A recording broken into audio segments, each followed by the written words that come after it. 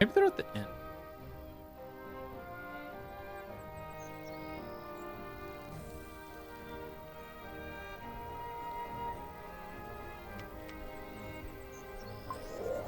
Or closer to the end.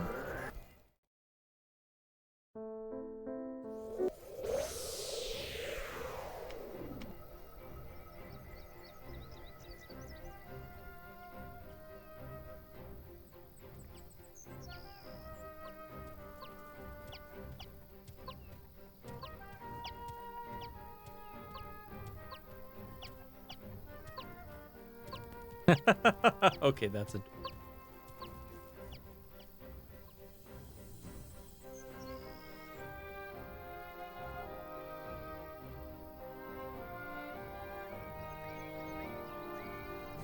Are they right before the end?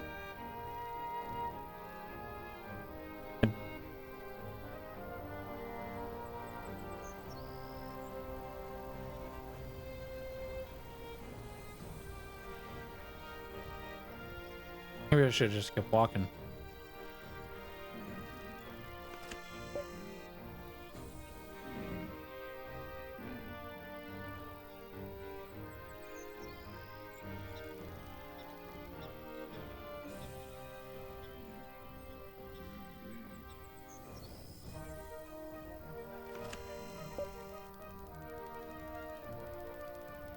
Hmm.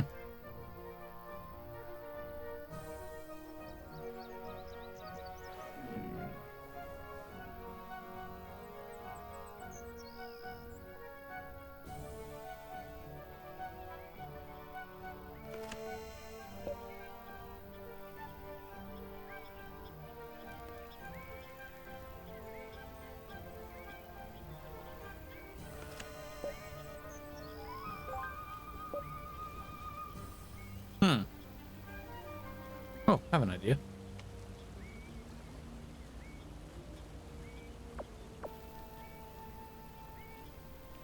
Where's he at? Oh, he's down this way. Okay, so he's past the end.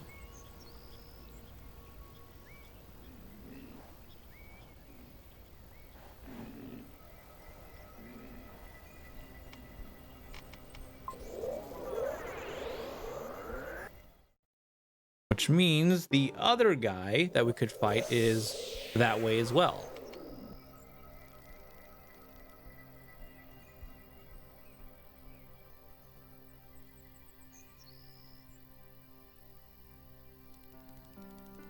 I think. Hopefully.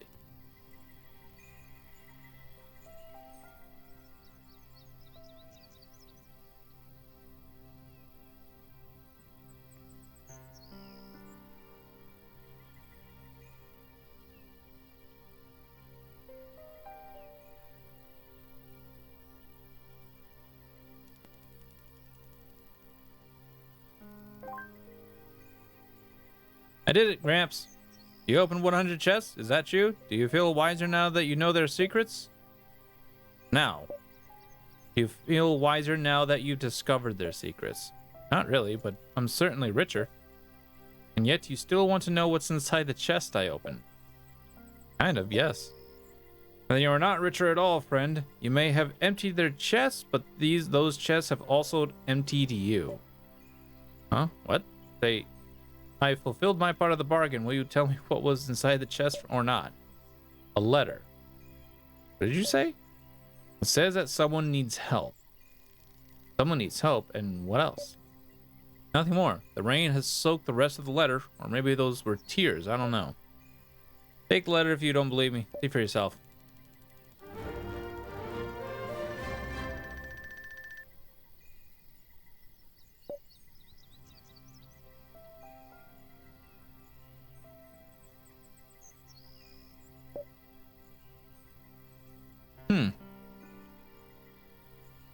Okay, that's intriguing.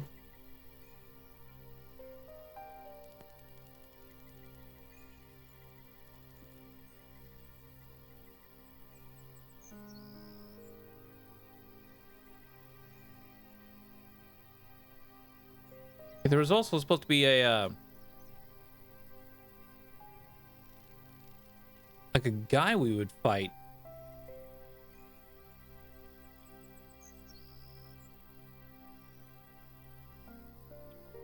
Passes well, around these areas, wasn't there?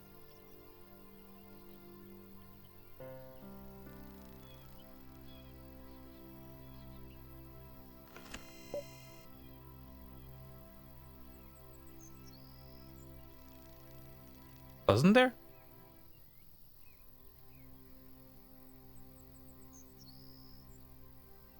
How would they know about the Urlak back then? Okay, know what?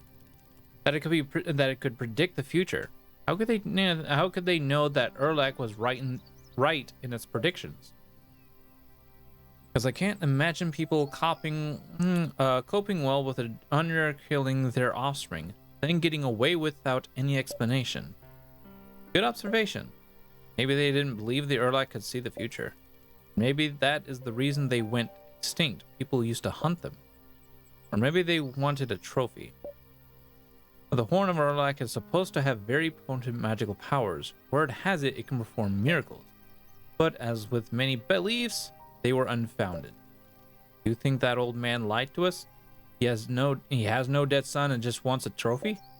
No. His pain seemed real.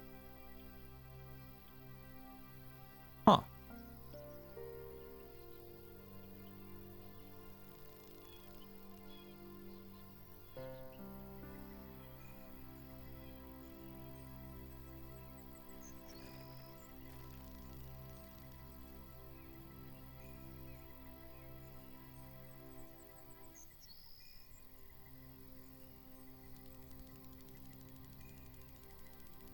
Huh. Maybe he disappeared after we tried fighting him. Or he said come back. So... And I know we met him before we talked to the chest guy.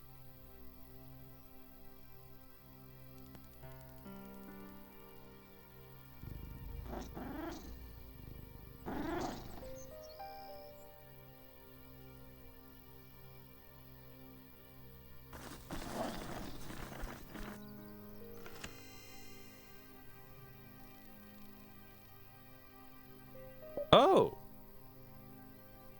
That's good item.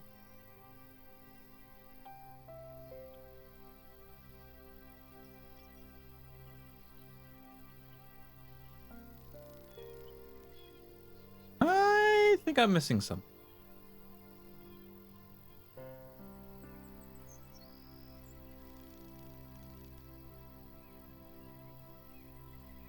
Or at least I met him in the same vicinity.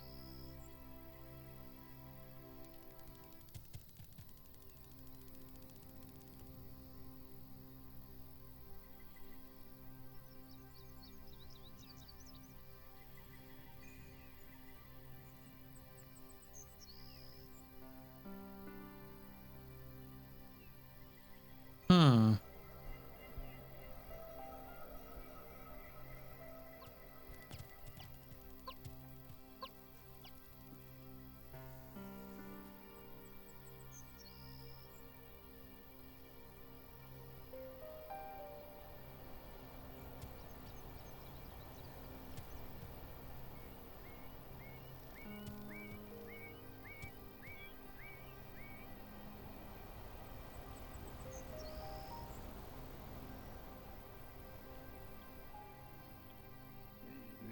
Huh. I am slightly confused now.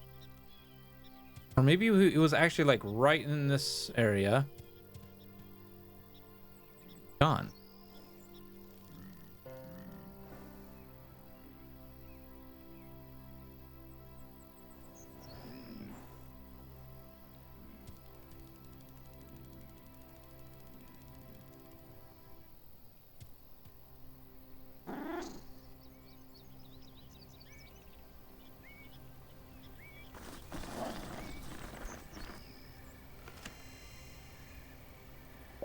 Nice.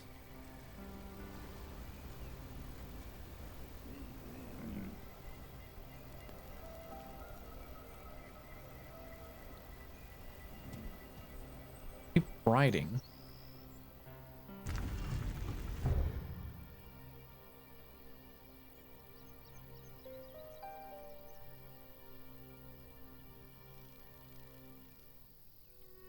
like I fought him after we came through this area.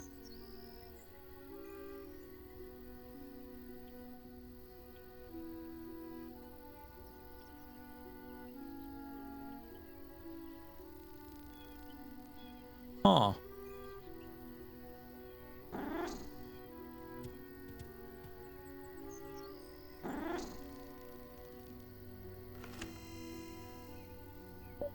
Time loop.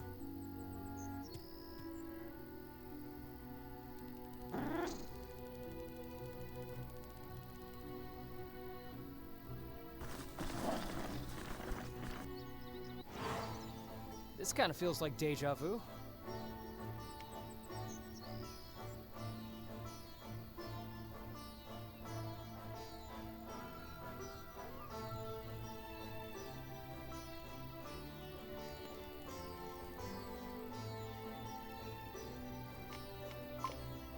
Yeah.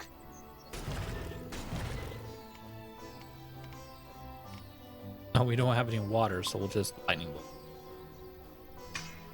Lightning bolt.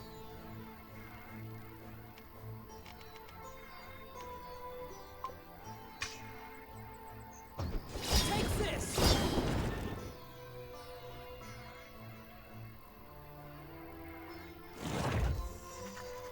Ow.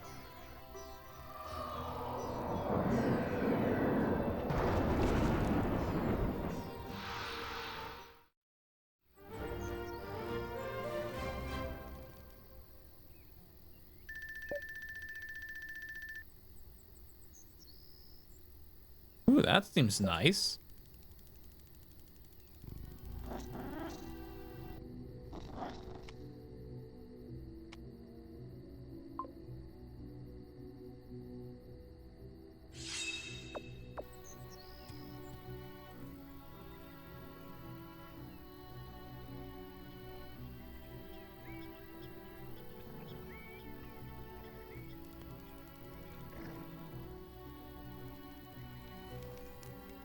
Huh.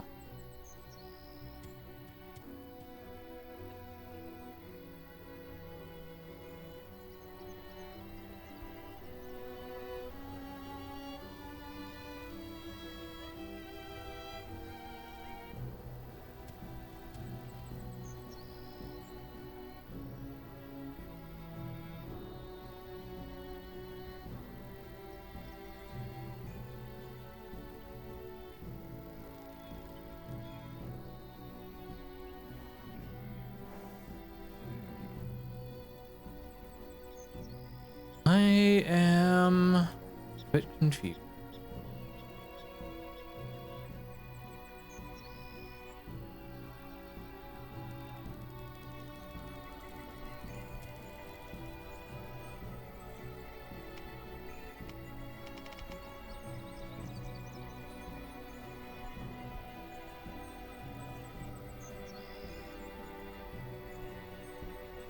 I am definitely a bit confused.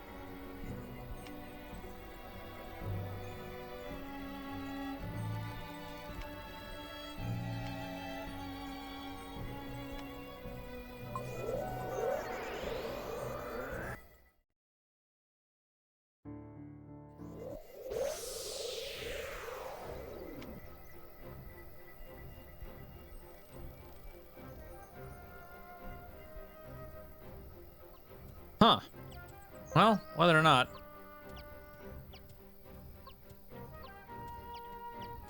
Let's rest. So I can see that new, oh.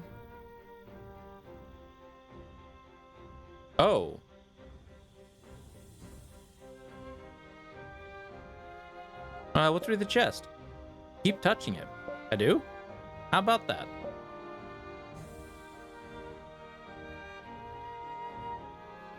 Oh, that... I don't mind suffering. I mind suffering going to waste.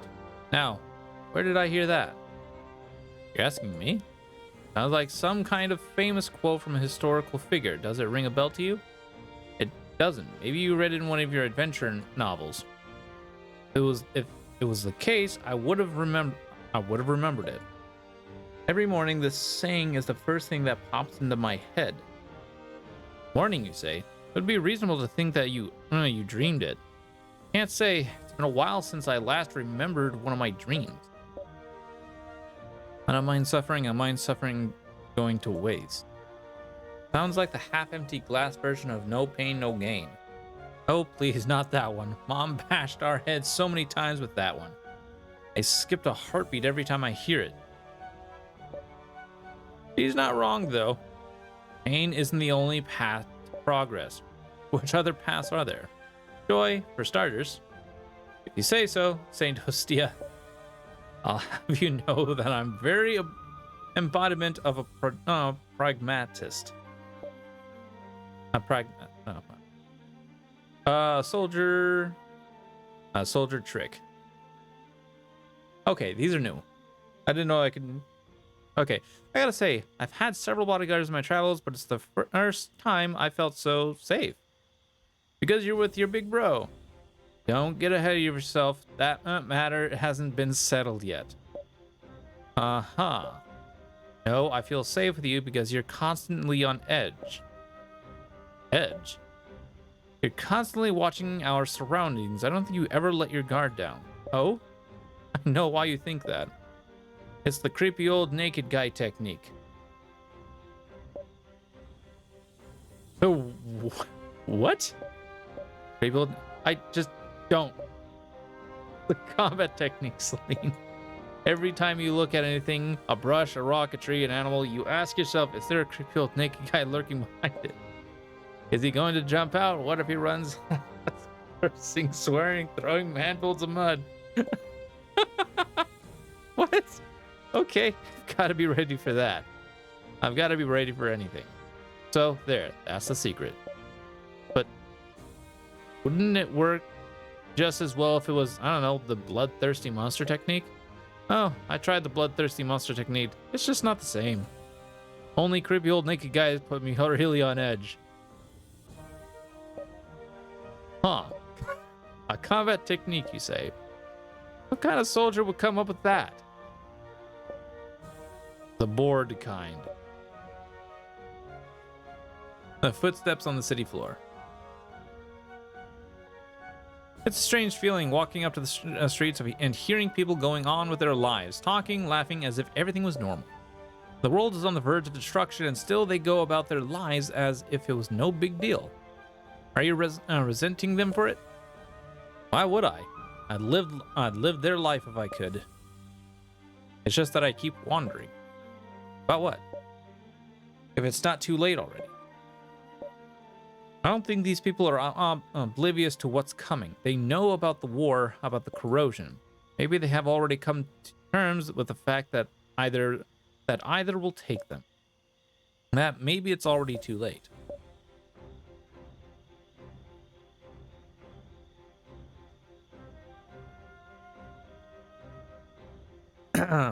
Maybe we're living our last, I don't know, weeks or months chasing a cure that doesn't exist at all. Maybe the Acolyte are planning right now on all-out assault that would put an end to the war, or even Harian itself. I mean, are we even sure there is a cure to the corrosion at all? I don't know about that, but I know it's never too late to do the right thing. What are even the odds that we find some cure? What if we fail? Then at least we will be dying doing the right thing. It will mean something about us as humans, about our people as a whole, about the fact that we're doing something in spite of the odds. Is it the priestess speaking? No, merely me. I know that you've become jaded by the war. I don't know exactly to what extent, but I know that you agree with me. You wouldn't have deserted otherwise. Thank you. For what? Maybe I needed to hear this. You're welcome. An old enough for who? Who now? What? Old enough for your mother, huh? Cut me some slack, please. This is the tamest comeback that I could come up with. No. I'm not speaking about that. It felt weird somehow, especially coming from you. Oh, sis, it was warranted. Because he asked you how old you were? Precisely, and he asked where was my emblem too. And Any man who's not wearing any mercenary emblem is bound for conscription. Now, what he was actually asking is that if I was old enough for conscription, meaning he suspected that you were a deserter. And depending on my answer, he would have been entitled to kill me on the spot. Oh, okay. And it was the tamest comeback you could come up with? I've been sharing my tent, my food, my days with other soldiers for the last 5 years. Trust me when I say it was the tamest of the tamest.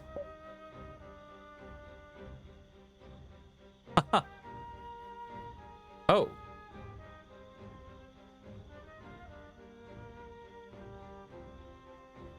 Blaine the Archivist.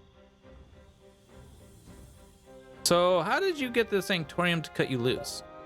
I can't imagine the elders releasing you from duty just because you told them that Mom is sick. You're right. They wouldn't have let me They wouldn't have let me if I asked, so I made them do it. Them do it? By becoming what you could proverbially call a pain in the butt. Okay, now this sounds like a story. You have no idea. At the moment I received news from Mom, I was operating as an archivist in Dihastra. I was especially fond of currying favors at the time. Knew that they would turn my request down. And so instead of begging them to let me see Mom, I decided to become a grain of salt in their delicate machinery. You do that. I started doing my job as if it was a matter of life and death, with such zeal and persistence that I slowly drove them to madness. Every time the elders would try to establish new edicts, I'd barge into their study with tablets of much older laws and forgotten versions of the epigrams, showing them every instance of the sacred text that would contradict the edicts that were already pulling their hair off. Okay. As you can guess, I drove them up the wall once too many, so they decided to promote me from archivist to midwife. Midwife? The midwife corpus is where they dump the persona non grata, priestess and priests who are speaking their minds too freely, the discontents. But that was exactly what I was waiting for. I had been popular with the midwives for a long time, so when I eventually became one of theirs, they were overjoyed. They immediately elected me as their representative on the council ring, which means that barely a week after my eviction, barely a week after my eviction, where's the typo? There's a typo in here. After my eviction, I was back into their study to drive the demands of the midwife corpus. When they saw me, the elders just freaked out. They had thrown me out by the door only to see me climb back through the window. In the end, they eventually figured the only way to be sure I wouldn't bother them anymore was to task me with the honor of finding a cure to the corrosion, which I had no choice but to accept. Some kind of reward or punishment. There may have been some rumors running around that it was the worst mission they could ever give me, and that I would be mortified to be assigned such a perilous mission. At this point, I am afraid to ask if you were the one who first spread that rumor. Of course I was. This is your... Yeah, I know. I'm good. I'm speechless. Oh boy. A midwife. How about that? Want me to tell you about it? I'll pass. Makes me remember that time when Mom told us about the birds and the bees. And that's precisely the memory I wanted to escape. Celine the midwife. How come you were so popular with the midwives? Even if this corpus was the place where the Sanctorium shelved discontents, midwives were always short-handed. So before they tried to evict me on this mission to find a cure, I came to lend them a hand from time to time. I saw Mom helping give birth a few times, so I figured I could be of help. Of course, they smiled when they saw me, a young archivist barging in and lending a hand. They thought I wouldn't last more than a week, but as a matter of fact, I thrived. I was really good at it. Good? How so? I can get my way around pain. What do you mean? I know about pain and I know how to divert it. There's a trick, you see. Imagine you're suffering a lot. Hurting doesn't really begin to describe it. You're in so much pain that you've oblivious to your surroundings. I think I can picture that. You're all out of still poppies. Guessing that's like a pain reliever. So calming the pain is not an option. What do? Take it, I guess. Can't just take it. You're a mother, and you're delivering a baby. Do you want me to describe everything in detail? I'm not sure I want to hear those things. That's where I come in. I pinch one of their nerves in some real sensitive place. It produces a sharper pain. The kind of pain that keeps telling, look over here, stop looking at the big, bad, ugly pain that fills up the whole room. Look at me, here, look at me, me. And it usually works. They pay more attention to that sharp, nagging, squeaking little pain that's not so hard to bear instead of the huge barrel of boiling lava in the underbelly. Oh, does it really work? I explain them how it works beforehand. Who do you take me for? Some kind of sadist? I don't know. It seems so convenient. Why doesn't anyone know that trick? I'll show you the next time you're wounded. If I'm wounded, I hope you'll actually heal me. First, I'll show you the trick, then I will heal you. Oh, gods. This world's secret rule. 1. I wish I could put these on auto. You're proficient with time magic, aren't you? Clean? Just out of the blue like that? I'm sure of it. Time magic. Spill the beans, brother. How could you possibly know that? I'm just that good. For real now. Well, I have this theory. But I guess you won't like hearing it. Why? Because it will make you brood even more than you are now. Not brooding. Oh, I see you, little brother. Absent-mindedly pushing around your food with your fork. Will you leave my fork out of this? Tell me how you know about my time magic instead. Everyone who can use magic has a natural predisposition for one or two elements. Radiant people can produce light magic more easily. Space and gravity magic is the sign of a manipulative mind. What about traditional elemental magic? Most people can learn to use it, but the element they master first is usually a clue to their inner psyche. And what about time magic? Time magic users are more prone to feelings of regret.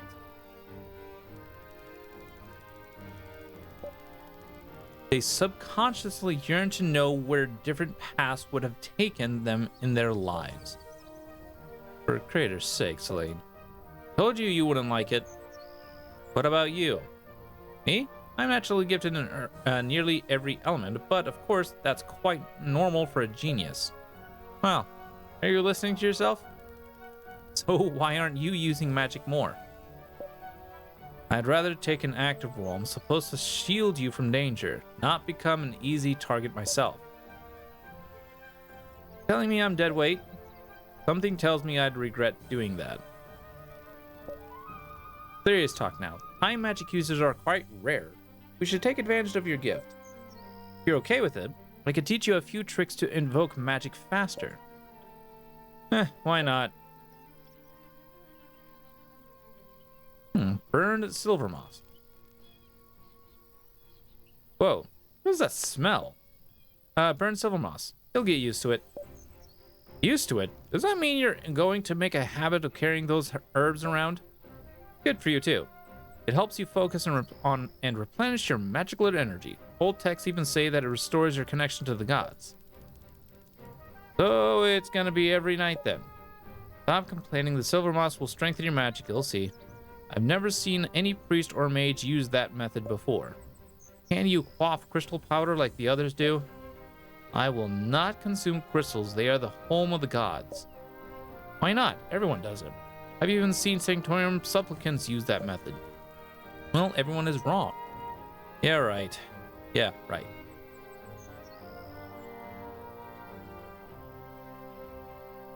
Rise and fall. Lady Myrna, may I ask you a question? For free, you mean? I'm not on duty. I'm not on duty, priestess. Ask away. You keep saying we rise or we fall. Is there some meaning hidden behind it? Perhaps. What do you think it means? That indolence is the worst of all evil.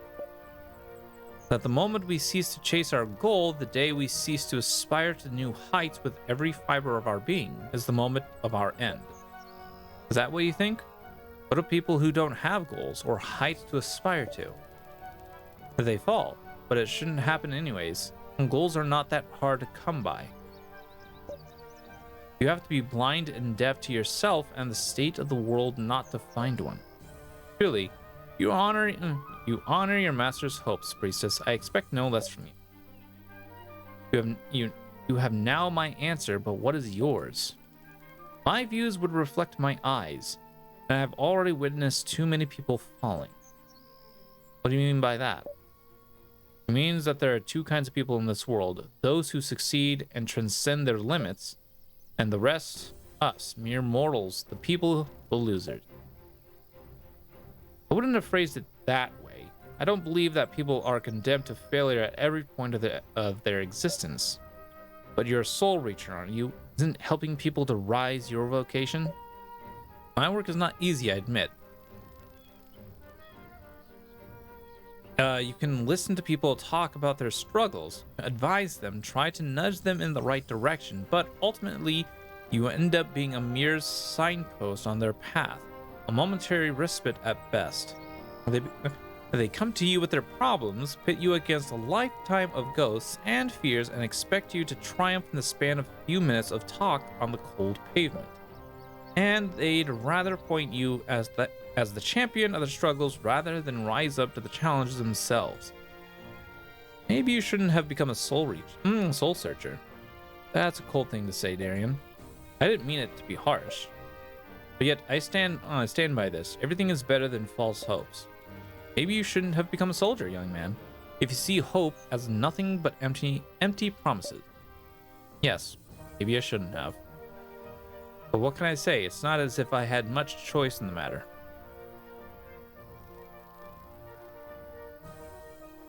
Oh my god. How many of these are there? I don't believe that you're as cynical as you would have us think. Belief is essential to your business model, Myrna. I'm not surprised that you feel that way. Surely there was a time when this little boy was full of hope and joy. There was a little boy and there was such a time, but that little boy grew up. Tell me that story. Why the hell not? So I was a kid, and like many kids, I dreamed of being a great hero and got myself my first wooden sword like most of the kids my age. Eventually I got quite good at swinging it around. Someone noticed me and gave me my first real sword. He was an ex-soldier and his own kids weren't interested in fighting. He had this rusty old sword lying around. He liked me, so he gave it to me. I knew our mom wouldn't let me have it, so I hid it. I practiced in secret. Kept learning to use it and killed my first monster. That made me feel pretty confident. And that's when the miners near Ion were attacked by Gurns. I thought it was my time to shine, so I rushed to the mine. And as you can imagine, it went badly. What could a kid with a decade-old sword do against creatures made of stone? When we thought it was all over, Celine arrived out of nowhere. She used magic in front of other people for the first time. She saved me. She saved everyone. That's the first time I realized I was no hero. I was the one getting saved. That must have hurt your pride. No, not really. I have a hard time believing that. She got wounded because of me. She put herself in danger because of me. Was sent to the convent because of me. I was angry at myself. So there you are. The story of a boy who wanted to be a hero, but in the end he wasn't even a very good soldier. So your hopes get crushed, but you have to get back up, pick up the pieces, and move on. Sounds like you haven't quite moved on. I haven't even finished picking up the pieces. Why are you telling all this to someone whose opinion counts so little? You never question yourself, Myrna, and you go around spreading lies like they're facts to whoever's buying. Your predictions do a lot of damage to the people who take your words at face value, and you don't even realize it because you never hang around long enough to find out. Never question yourself, and people like that are dangerous. With all due respect, you're not in my head. Well, you just can't stop trying to weasel yourself into mine. Strange choice of words. One might think you have an interest in me. Oh my. And now you're just making fun of me. Did it really happen like that? Damn it.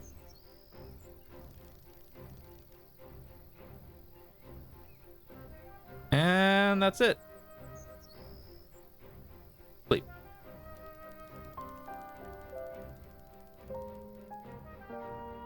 Okay.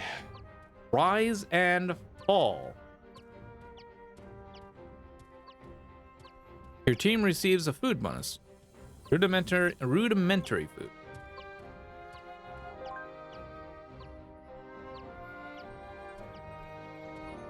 Yeah, I don't want to hand those in until I get a new weapon for Darien.